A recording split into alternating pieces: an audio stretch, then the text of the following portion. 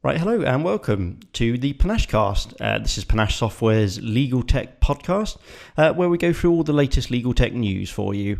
This is episode 13. Hopefully not too unlucky for us, but we'll see how it goes, and hopefully it'll be fine. But on this week's show, we're going to be talking about legal technology and whether it's the holy grail of innovation. And is there too much money being thrown against the wall when it comes to funding legal tech startups and companies? But before we get into that, I want to welcome, as always, my co-host Neil Pemberton, who's corporate branded as normal, but no props or anything this week. No flags. That's such a shame. Got a computer here. You got a computer showing how technologically advanced we are. We've actually got a computer, top of the range computer. Yeah, exactly. Well. So we're paying you too much. Yeah, top of the range computer, of which I use about 1% of its ability. That's a normal though, isn't it? That's the norm. Yeah, absolutely. Well, anyway, we're well and truly into our fortnightly show now, or for the American fans, the every other weekly show. And this is the format that we're going to be sticking with for the foreseeable future, as we've got all these exciting developments coming up, and we just need a bit more time on the platform. Can never have too much time to do stuff. It's a nightmare. Precisely. So freeing up some of that time is important for us, and obviously that's all going to be very exciting news in the not too distant future. But I do feel that having created that tremendous feeling of suspense, and having a sort of a recurrence of legal project management, as we will come on to again later on, and from having done that last week, that with this repetition and suspense, we really should be entitled to our own Netflix show now, don't you think? I think so, yeah. I mean, we talked about Netflix previously, I think in episode 3, didn't we, about monetizing data and things like that. So, we're giving them free publicity and things like that. It seems only right that they should give us our own show. I mean, we've showed how good we are at this stuff, and exactly. I'm sure you'll agree what great presenters we are and things. We think that would be the least that they could do, would be to offer us our own show. There we are. Exactly. So anyway, powers that be at Netflix, get in touch. We'll be waiting for your call. I'm not going to hold my breath, but in order for them to get in touch, they could go to the Panachecast at panachesoftware.com. Or go onto the Patreon page where we have all of the material, which I'm sure they'll know this already, having signed up. Who doesn't know all this stuff? Exactly. So they Patreon page is where, as we say, everything for the membership and so on is on there.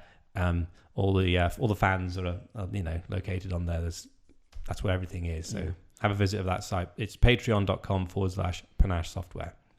Yeah, no, sounds good. We bang on about it every episode, don't we? I don't know if anyone's actually looking at it, but hopefully one or two of you have at least had a look and things. So, I know I look at it, and I get the email every week, every fortnight. That comes exactly. out, I mean, I don't know how many times we view our own videos to get the numbers up, but hopefully one day other people will. But there must be people. There must be people watching, because I know I haven't watched that many times. And you go back and look at the number of views; it's definitely more than just you and me. Yeah. So I don't know who it is, mind you. No, but we enjoy doing it. But no, so we'll go through a couple of news items, and as Neil said, we're going to cover some more of the legal project management stuff again this week. We wanted to again do some more work on actually giving you some extra information and some tools and things you can work with, and not just covering sort of the news items. So we'll discuss a couple of things that have been happening which seem important, and then get onto that as well. And as I say, if you're only here for the LPM stuff, we time code everything in the description, so you can skip past some of the new stuff or the waffle if you want to, and get straight to the good content. That's right. Yeah. Anyway, item number 1, which we'll come on to now, is an article called "Legal Technology: The Holy Grail of Innovation." We found this on law.com. It's an article by Louisa van Eden-Smit. And we'll put a link in the notes as well afterwards. And I thought this to be quite an interesting article, because what they did was they surveyed, they say, over 130 in-house counsel. So that's probably, for the large firms out there, your majority of your clients are probably in-house counsel. And the results, lots of results, but we picked out a couple. 57% of the respondents believe that technology investments have already increased their efficiency.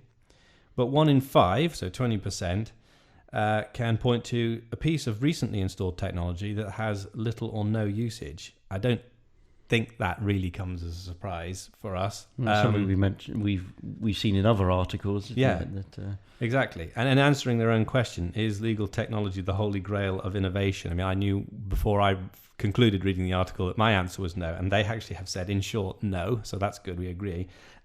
Innovation in departments should not begin with legal technology, and I think we've probably mentioned that before as well. And maybe this is where our project management stuff fits in too. Is that it isn't necessarily the best course of action, isn't necessarily to go delving straight into what's available for you and identifying the problems and seeing how you're going to solve them, because that can often lead you down the wrong path, can't it?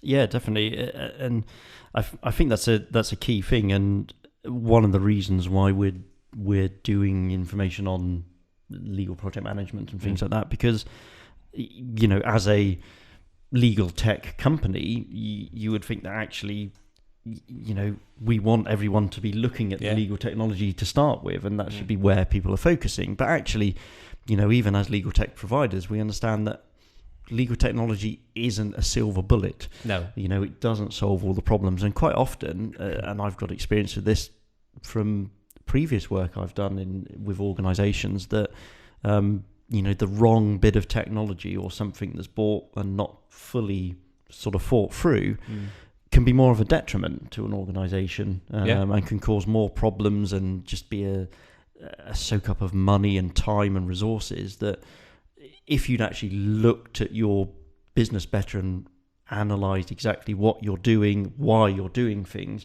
and then taken a step back from that and said, actually, before we look at pinpointing solutions for those individual problems, actually, is there a different way we could do things?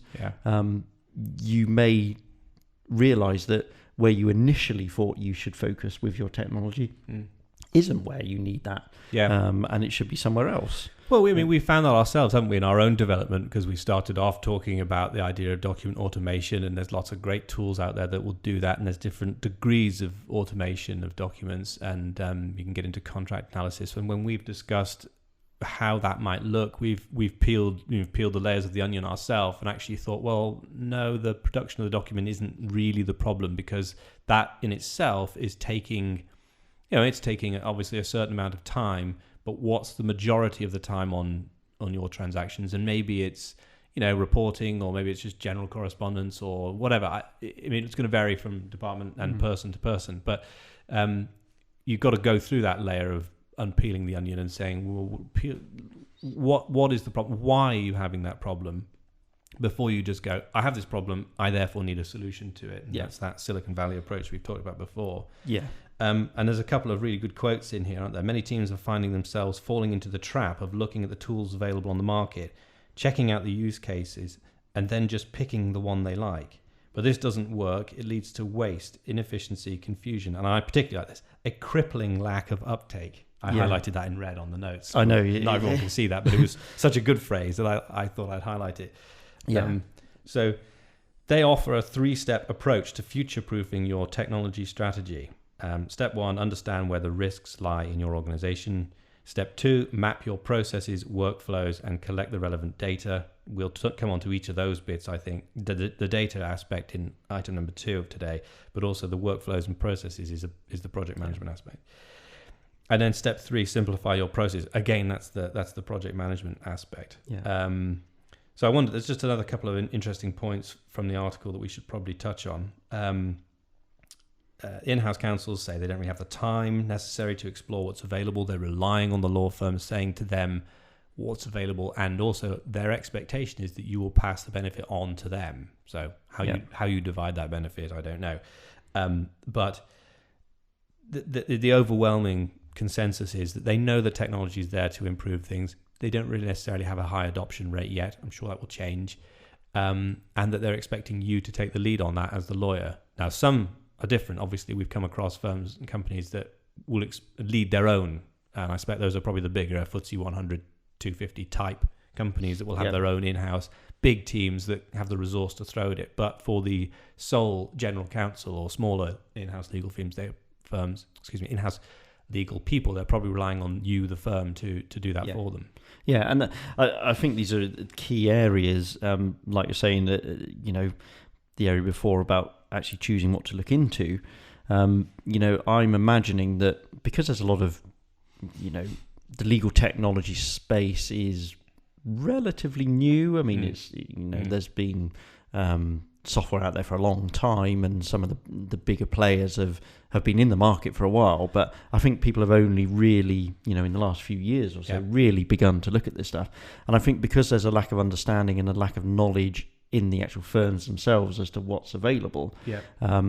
But the partners, the senior partners and things are driving the business, saying we need to start investing in legal technology, rather than those firms and organisations taking a hard look at how they run as a business, and then going to look what's out there. Exactly. The first step is they go and look what's out there. They peruse the market, check Google, what legal tech is out there, look at those things, think that, there's something that looks interesting. How could I fit that into the business? And that's really not the way to go about it. You don't want to be just looking to solutions and then seeing how you can put those into the organizations. You need to look at your organization and say, okay, what do I need to do the things?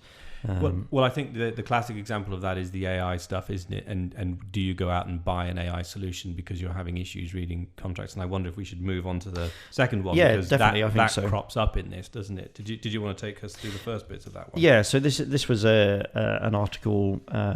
This is from relating to a company Exigent.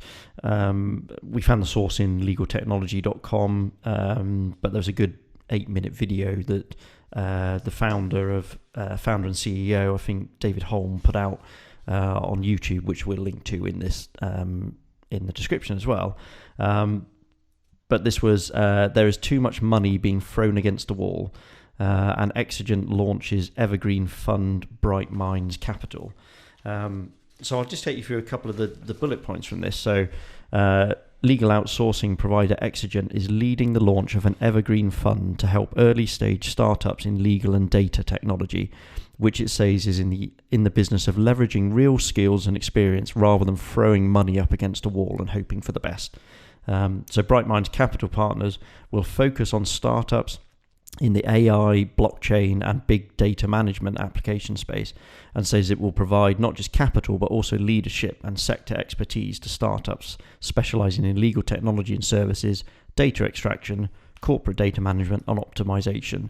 One of the things we found interesting in this is they're talking about not throwing money up against the wall and hoping for the best. And they also announced that they're focusing on startups in the AI and blockchain area, something that we've covered before, where there's a lot of people saying, people having to say they do AI and blockchain just to show up on the map, and actually they don't do those things. So I wonder if there's a slight discrepancy there in what they're focusing on, and then saying, they're not just going to throw money at after that stuff, which is interesting. I mean, it sounds like they have a much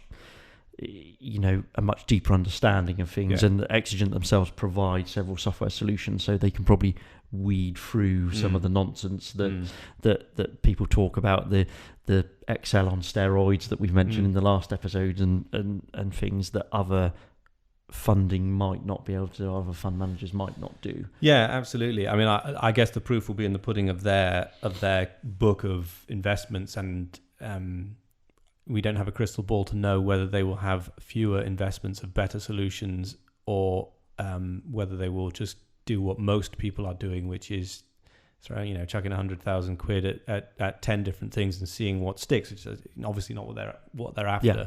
To me, it feels like, or it sounds like, what they will actually be doing is investing in hopefully slightly more established, maybe not the seed funds, but the Series A or whatever you would call it, the next level of investment, but fewer and bigger ones. Maybe there's more overlap between them. Maybe there's just one that they back one horse. I don't think that's how these guys work normally, but I mean, I think in the YouTube video, one of the things they were clear on is saying that actually, they're prepared to be in it for longer term than other funds, i.e. they're prepared to stay in for sort of 8 years or so to only invest in things they really believe in, which is, I think, is a really good thing. Yeah.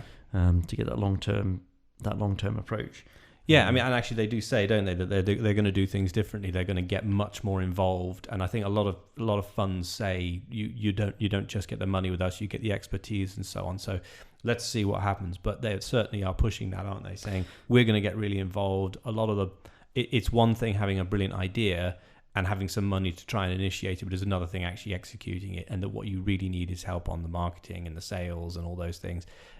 So hopefully they're that's successful for them, and that's what they do. Yeah, and some of the quotes that I've taken from the YouTube interview, I mean, it sounds like, as I say, David Holme, the CEO and founder of Exigent, who's also the fund's founder in this instance. Going through some of the stuff that he talks about in the video, you get the sense that this is a guy who really knows what he's talking about in these spaces. And also some of the stuff that he picked up on was quite interesting, because it's some of the things that we ourselves have talked about as well. So it must be right then. It must be, yeah. He definitely knows what he's talking about if he's saying what we are. But I just wanted to pick out a couple of the other things that he said on here that I think are interesting in the legal startup. He mentions in the video that around $500 billion has been invested in startups in the last 4.5 years, and only about $1 billion of that has gone into legal tech startups. The legal industry still tends to look in on itself far too much, and this amount is a remarkably insignificant stat when it comes to startups. So he's saying there's a huge amount of money going into startups in general, but actually, although we've seen an explosion in the funding of legal tech startups, that explosion is still small fry when it comes to the grand scheme of what money's going into startups. And he's also saying in here, and something that we think is key, and something that we've been looking at as part of the platform that we're building, he's saying that legal startups will become less relevant as data and digitization of data becomes a more important part of corporate life. So the silo that is legal and the silo that is finance all become democratized as data becomes common to all parts of the corporate entity. I mean, just to go into that, I think this is a key thing whereby, take something like, buying an office or something like that for a firm. The legal part of that is only a small chunk in the chain. But those data points that are captured in the legal process are data points that are relevant throughout that chain. So having all that information wrapped up in complex legal documents and hard to find things like that, you want to remove that data from the documents so it can be spread out amongst all the areas that need it. Yeah, definitely. So at the end of article number 1, I'd mentioned the AI idea being, this fancy new thing that everyone's investing in to solve a problem that they have of reviewing documents. And maybe the alternative way of looking at it is to say, well, one also, you go out and buy a Raven or whoever else, like we've talked about before, a Luminance or something that says, I'm going to review all these contracts for you and give you the information. And that's great, because obviously there are millions or billions or whatever of documents that have already been created, and there's not much you can really do necessarily about extracting the information other than to run it through one of those things. But going forward, when I'm creating stuff and when I'm managing a new estate, and bearing in mind the rate of change in technology, wouldn't it be better to say, actually, I'm going to host that data in a different way? And the transaction, yes, it needs to be documented, but it's going to be documented in a different way. So the data is going to be held centrally in the database, and it's going to populate the documents. But at any time, I can go and unpeel that.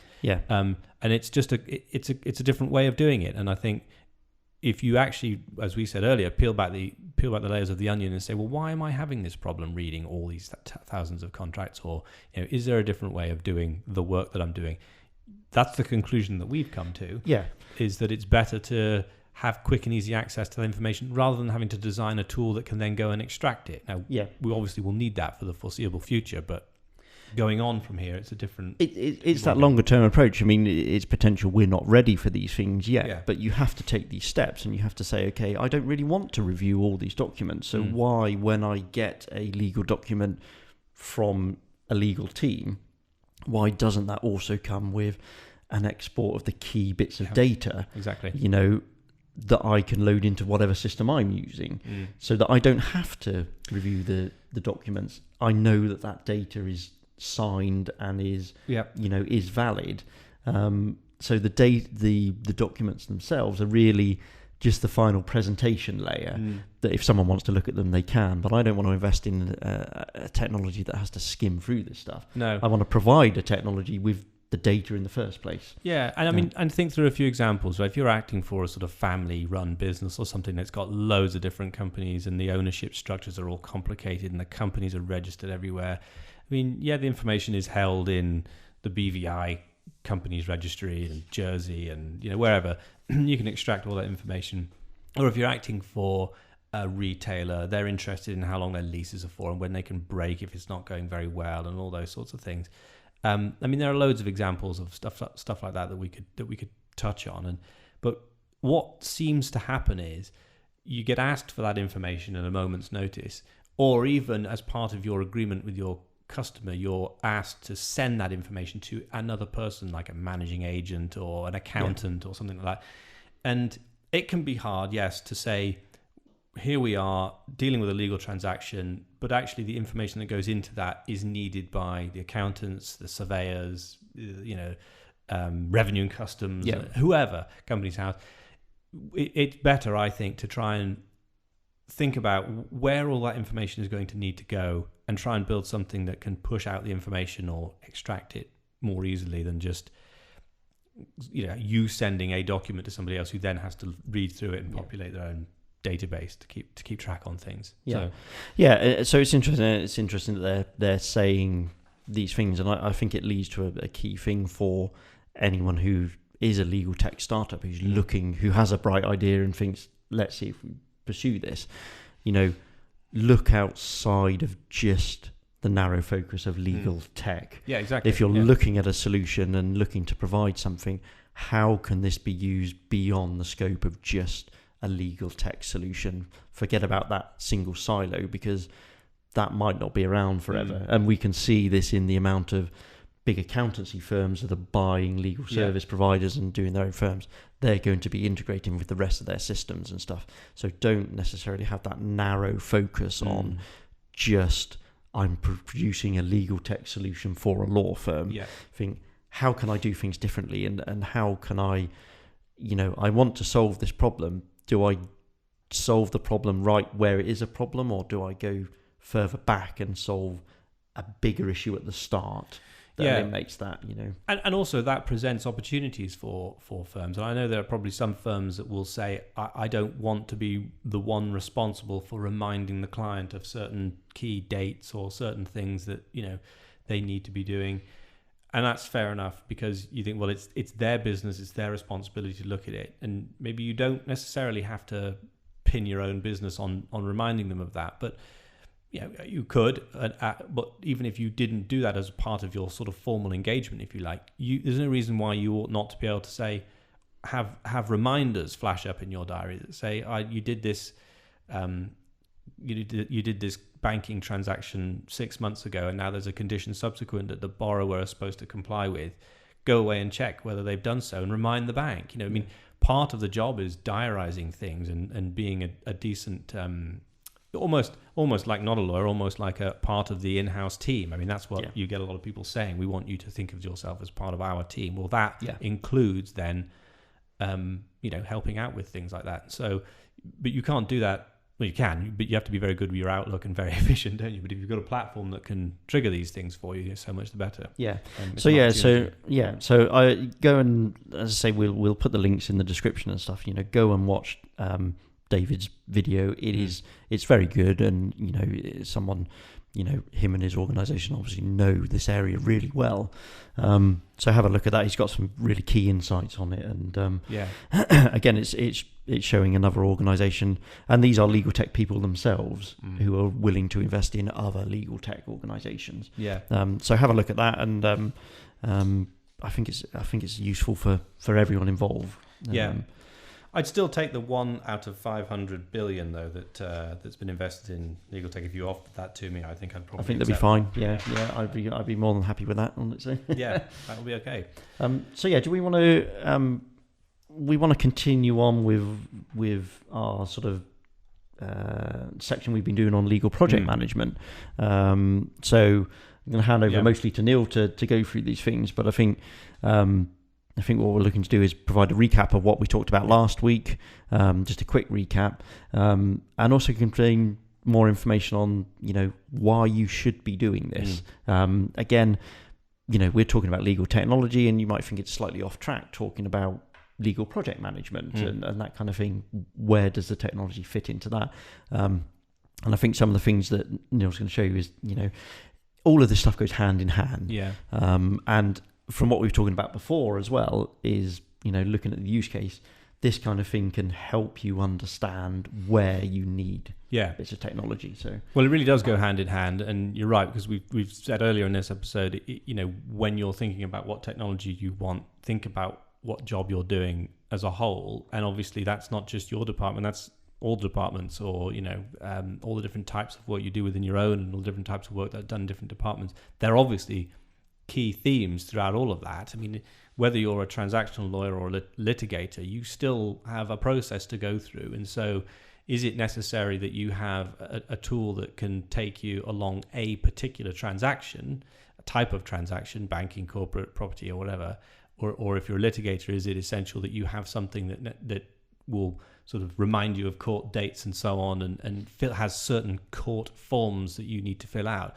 Or is it better that you do your own court forms because you've probably got the precedents, and actually what you have is just a tool that walks you through the process, which you could use for either discipline? Yeah. So, let's just recap briefly then about last week. And what I wanted to raise as point number one was, you asked a perfectly valid question. Is like, well, why would I be doing this if I'm already busy? I've got loads of work, more work than I can possibly get through. Why? I'm a small firm or something. Why would I need to look into this kind of thing? Why would I do it? And the reasons that we came up with last week, where we talked about pricing and how the SRA requires you to be transparent on upfront pricing, and as the transaction progresses or case progresses, it's a way of eliminating waste for people.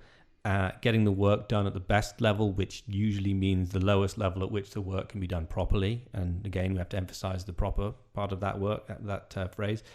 And then ultimately leading to greater profit, right? So looking at what you're doing, getting it done at the right level, which is the most efficient way of doing it. Yeah, and how can you know this stuff without actually looking at your business? And precisely. But there is another good reason, which we came on, which is that the SRA aren't saying you must do this. They're not saying you must implement legal project management or anything of the sort, as far as I'm aware anyway. But Chapter 1, so the most important thing in their book, I guess, is client care. And I just want to pick out a couple. There are bags of indicative behaviors. They're not the rules as they used to be that say you must do something, you must do things in a particular way. But I just want to read a couple. So behavior 1.1, agreeing an appropriate level of service with your client, for example, the type and frequency of communications. Well, that's that whole idea of scope and work breakdown, which we've talked about before. 1.3, ensuring the client is told in writing the name and status of the persons dealing with the matter and the name and status of the persons responsible for its overall supervision. That's the resourcing element that we've talked about. Yep. So scope and resourcing are two of the big parts of the overall project management sphere. And then there are the examples that they give of so those are the requirements, if you like, and then they give you examples of things that you might do which would show that you're behaving with those requirements or meeting the requirements. 1.14, clearly explaining your fees and if and when they're likely to change. So that's not just saying this is what we're going to do and this is how much it's going to cost. It's that idea of saying these are the things that tend to crop up on these transactions, but we don't necessarily know that they might this time. But if they do, we're used to it, we're experienced. Here's the likely cost of dealing with issues. And then 1.21, ensuring that disbursements included in your bill reflect the actual amount spent or to be spent on behalf of the client. Now, two things jump out at that for me is, one, you've got to know up front what you're likely to incur, or at least put a reasonable position forward as to what it might be. And you might not have all the information to be able to do it, but you can make an informed guess. But also we reported when we talked about the pricing rules that the SRA are bringing in and the SRA's investigations into the firms and how they're doing. They said very good at telling people what they think it's going to cost, not so good at keeping people up to date on the unanticipated things. Yeah. And they cited one particular firm for saying they charged them 10 times the amount that it cost, that they charge their customer 10 times what it costs to actually deal with a bank transfer, which, The rules don't say that is forbidden, but it does actually say, include in your bill that reflect the actual amount spent. So I would say that's probably a bit naughty and ought not to be done. Yeah. So for the other reason to do it is you will be meeting SRA requirements or indicative behaviors if you implement a project management solution. Yeah. So quickly recap of last week. What we said, we broke the idea down into 5 different steps. And step 1, which we divided into 2 halves, was look at things in a headline way and see if you can eliminate some of that or challenge the way that you've always done the job. And then part 2 was to go through and look at things in much more detail at a granular level and say, I'm going to identify every single thing that I need to do to the reasonable level that you think is appropriate. Not necessarily identifying every anticipated phone call, but every step that you have to do to get from the initial contact with the client through to finishing and including your post transaction or case review. And I did say then, not necessarily anticipating every phone call, but allowing for correspondence time in there. And in fact, one of the SRA indicative behaviors is to agree with your customers how often you're going to be in touch. Now, you said, didn't you, last time, that when you got close to exchanging your contract and you were hearing nothing, that you were saying, well, what's going on? You want a regular update. Yeah. So it might be reasonable at the beginning of a transaction. Everyone wants everything done yesterday nowadays. But at the beginning, you might say, well, it's reasonable for me to update you once a week or whatever. Yeah. Depends on the nature of the job. But as things progress, obviously the updates are going to become more frequent, more necessary. That's really where the value is for the customer, is saying, okay, you've updated me and told me everything that's going on, so I know you're on top of it. Yeah, and I think that's a real key thing, is that it's agreeing up front and explaining to customers initially, we will update you and we'll update you at these times and this frequency, so that the person understands that. Yeah. Because quite often, for a lot of people, something like a house buying and stuff, this may be the first time they've bought a house. They have no idea all the steps involved. They have no idea how much time things take. So it's not going to alleviate that worry, and it's not going to alleviate the problems where people still phone up and say, what's going on with this. But if you can provide them with some information up front as to say, we will update you when these things happen or when these things need your input, then those times of sort of no contact, the customer may well be happier to think, well, I know what's going on because they said they'd update me at these stages. So obviously nothing has happened here. Yeah. So it's just to give you that indication of what's going on. And think about the world's best customer service company, which I think if you were to ask that question to most people, they'd probably say Amazon. There must be plenty of people who say, terrible experiences with them. But overall, that's their mantra, the world's most customer-centric company. Think about what happens there. You have a very slick and easy process. You've got a selection of things that you buy. Once you've bought it with your very quick and easy buy now button, you then get an email that says, thanks for your order, here's your order number. You can check where things are by clicking on this link. Yeah. Then you get an order, and you get something that says, we sent it now, and your expected date of delivery is whatever. And almost always it arrives, for me, always arrives earlier than that. So that is, at the moment, as good as you can really expect, I suspect.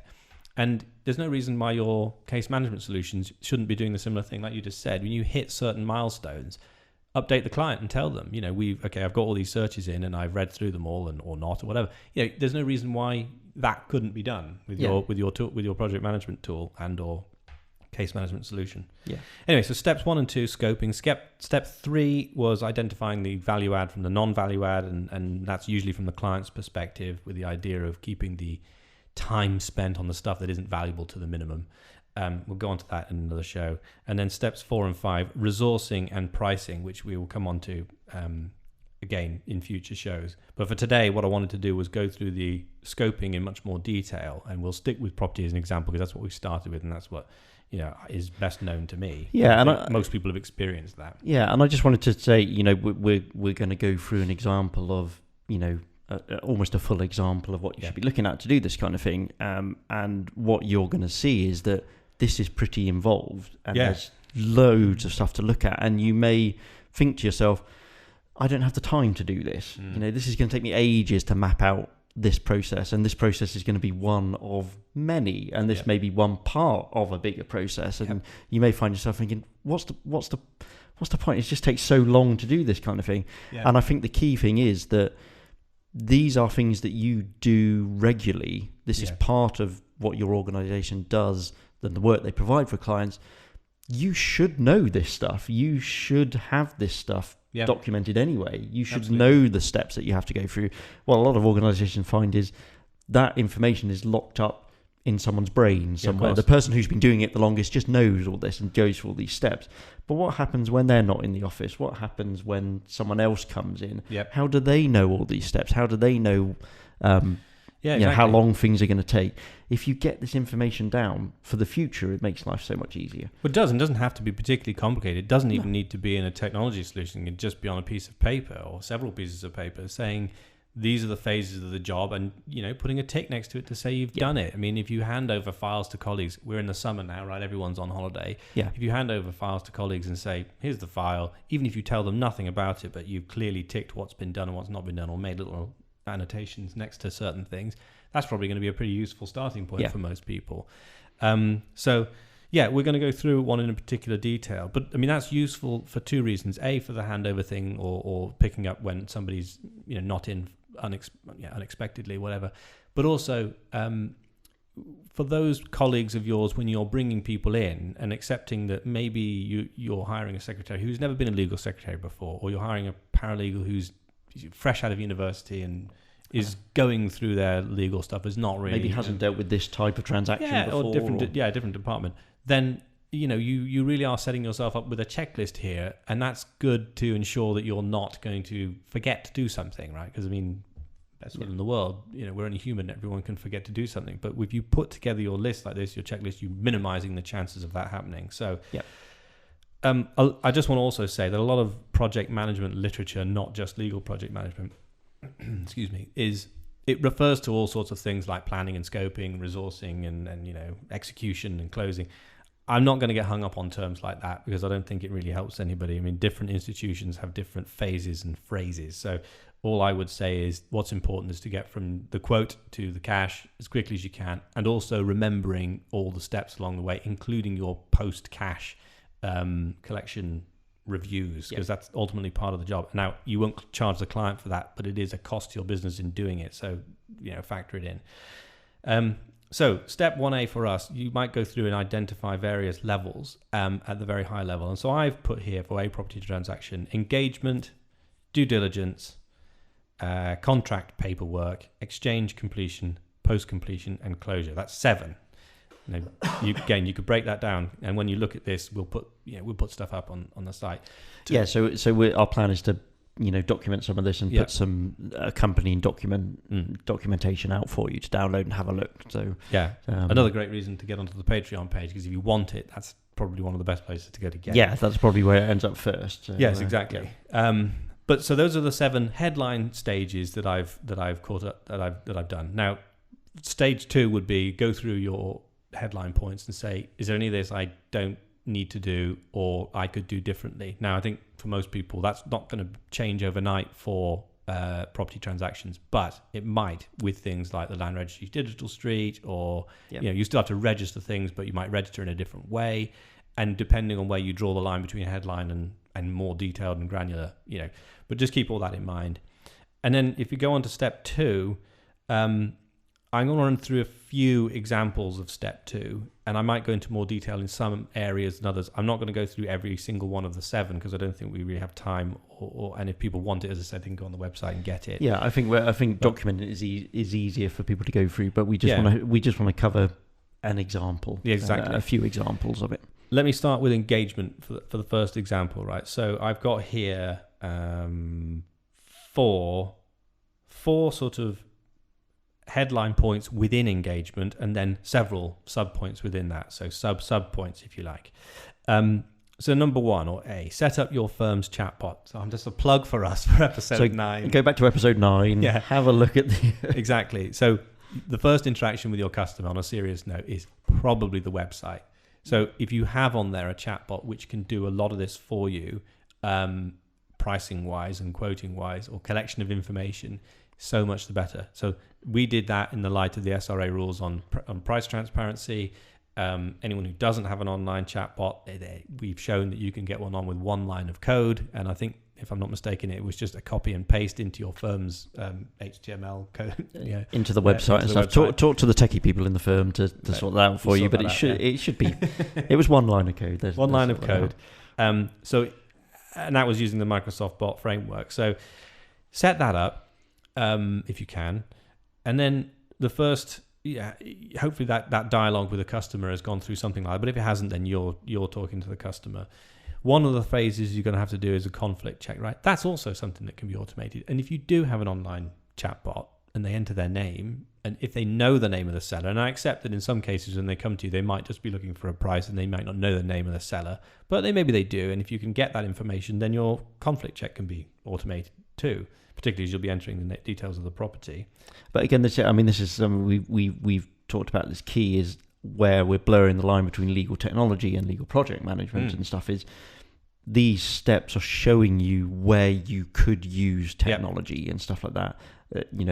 We're saying there one of the things you do in your engagement is a conflict check. Yep. That could be a manual thing that someone does. Someone just looks through all the previous work and things like that. Or is there an opportunity if you're doing thousands of conflict checks because you're a big organization, should you be looking into some sort of automated solution to that? So this is again pinpointing those areas where you may benefit from some legal technology, and also accepting that not every conflict check is the same, right? At its most basic, buyer, seller, and property. That's 3 elements you need to check. Now, if it gets more complicated and there's several parties involved, then maybe a automation part of that is identifying something or things that you need to look at rather than just saying, you go away and identify it yourself.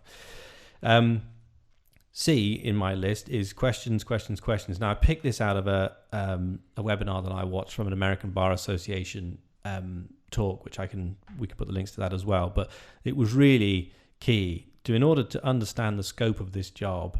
Any job, you're going to have to ask questions of the client. Now, you might have your checklist of everything you think is possible to happen on a purchase of a property and very quickly eliminate a lot of the work, because what you don't want to do, I think, is priceful work that you're not going to do, because if we refer to last time, that was one of the key areas in which firms can lose money, is doing work that you're not going to get paid for. So set the expectations up front and ask the right questions. So to give you an example, buying a property, even if it's just a residential property, let's say with a reasonable sized garden, there's at least two different types of buyer, right? There's the buyer that's just going to move into it, which has different concerns, and their concerns might be, I just want to make sure that it's got all the consents it needs, there's nothing wrong with it, it's not going to fall down, I'm not going to get in trouble by the local authority for an illegal extension on the side.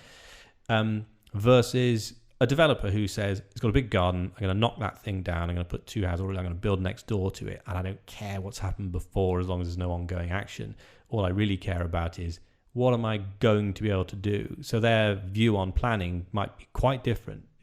One saying, I don't really care what's gone on before, one saying, I do care, one saying, I'd like to know a lot about what the possibilities are about planning, and that's more of a planning advisory role, and one saying, I couldn't care less, I don't plan to do anything to the property. 2 completely different buyers for the same thing, and I'm sure there are loads of other examples that people can come up with. But if you don't ask, then you won't know. You don't know what to quote for. So only by asking the questions can you move away, what I've said here, from a non-advisory execution platform, which I think conveyancers are often labelled with. They're not really doing any work, and unfortunately that is symptomatic across the industry, that it seems to be almost an execution thing alone. But you've got to really get back to advising the client on what they should be doing. So you're asking questions. What's your intention for the property? Is it freehold or leasehold? Is there a bank involved? Do you need money? Then based on that, you're providing your quote. I would say not only are you advising you're estimating what you think it will cost to do the mainstream part of the work, but you're also identifying the things, as we said before, that could go wrong. Like, for example, the title is possessory and not absolute. Well, one solution is to insure it. One solution is to ask the seller to upgrade it if they can. That might be a statutory declaration. That might have delays. But if you don't tell the client that, they're not going to know. They're not even going to understand the difference between title absolute and title possessory. So it's identifying all of those things. Is it in a flood zone? All those sorts of things that can crop up. If you can identify them as things that are not within your fee scope, but things that might crop up, and here's the price if they do crop up, then I think you're safe. Yep. And you look quite smart. So that was really just a quick look at engagement. And you can see already we've been talking about that for 6 or 7 minutes, and that's just the engagement bit. Yeah. Due diligence. Let me just quickly run through this. I think I said last week, title, searches, and inquiries. And within the title, you're checking the register, checking the title plan, because a lot of people don't do that, which is sad. And often, and this happened to me when I was selling my last house, people down in the chain, the title plan was wrong. It only got picked up on the very, very, right towards the end, and it was a massive delay. And in fact, I have a neighbor whose title plan doesn't actually look like the boundary really is physically. So you're looking at those things within checking the title register. Do you need to deal with things like restrictions or restrictive covenants? Is there a lease that you need to review? So these are all the sorts of different levels that you can go at, and factoring in the time for all of that. So it's that we've got the due diligence. We then know we need to look at the title, but what do we need to look at the title within that? So it's all of these steps together. So you've got your main point, and then breaking that down. What does that actually mean? Yeah. In that. Exactly. And so you're identifying what you're going to be doing for the client. You're helping your colleagues identify, make sure they don't miss any key steps along the way. And I think you're also showing your value to the client to say, I don't know if you realize, but this is how much work actually goes into this. So the fact that I'm not quoting you rock bottom prices or prices that you might expect me to be quoting is because there's a lot of work involved in this. If you want it doing right, this is how it's done. And I've said I won't go into much detail on the contract paperwork and the searches and whatnot, but at every stage I've left in there something that says reporting on, right, to allow for time that you wouldn't necessarily do 7 reports to the customer. You'd probably do 1, but you are reporting as you go along to say, oh, I've now got the results of this and that looks fine, or it doesn't look fine and we need to think about some solution to why it isn't fine, or to deal with the fact that it isn't fine. And then at the end, you might have your overall report, but that overall report goes a lot easier if you've said, here's the issue, told you about this, and this was the solution, now sorted, rather than any unexpected surprises at the end. So I don't really know if it's worth whipping through any more of that in any more detail, because we're probably running a little bit short on time. Yeah, and as I say, what we'll do is we'll try to get these documents up and ready so that you can have a look at. So this would be our example of going through a legal project management process for one aspect. Yeah. And I think it's also key just to remind people that what we've not done yet is identify what's valuable and what's not as far as the customer is concerned.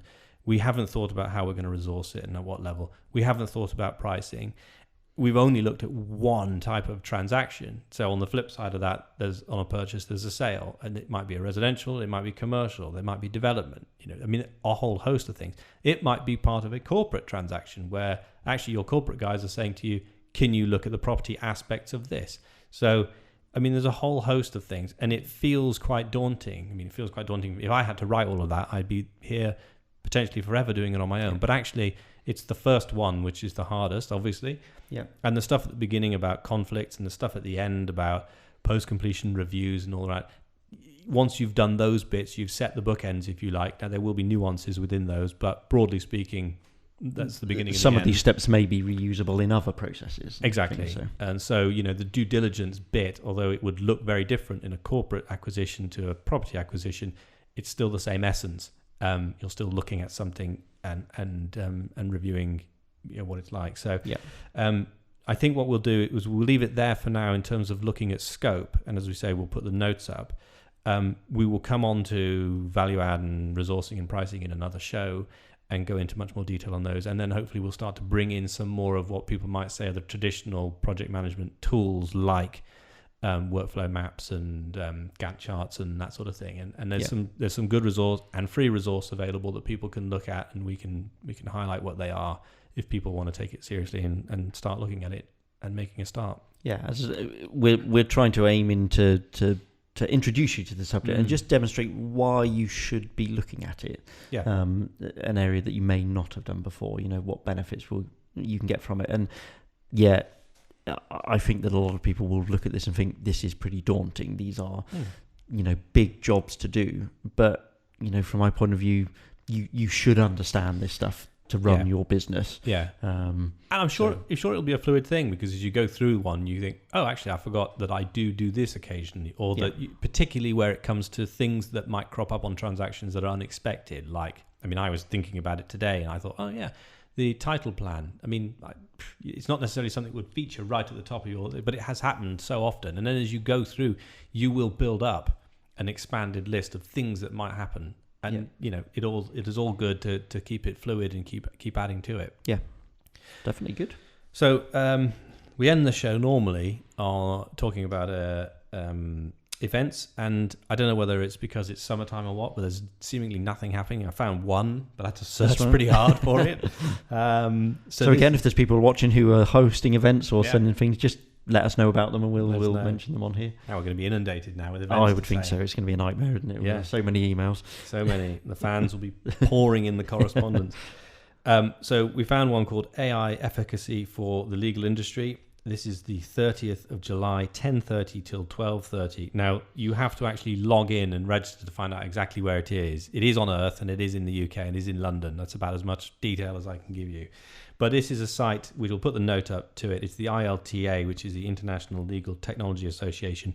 And the good news is that it's free to go along. So we like stuff that's free to attend. Love it. Free, absolutely, yeah. So 2 hours worth of CPD probably for someone to go along to that. And it's somewhere in London. Doesn't say Central or Greater London, I don't know. But, if you're in London, then look at that.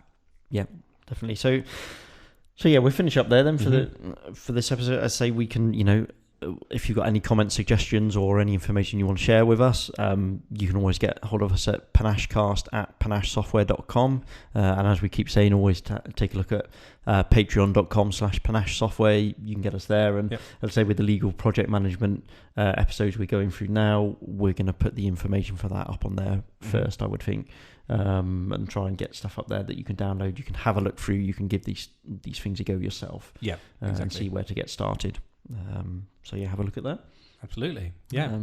But other than that, I was almost going to say until next week, but to slap your wrist. I know. Until next time. I'll get the hang of it eventually. But other than that, until next time, we'll see you later. Thanks then. Bye.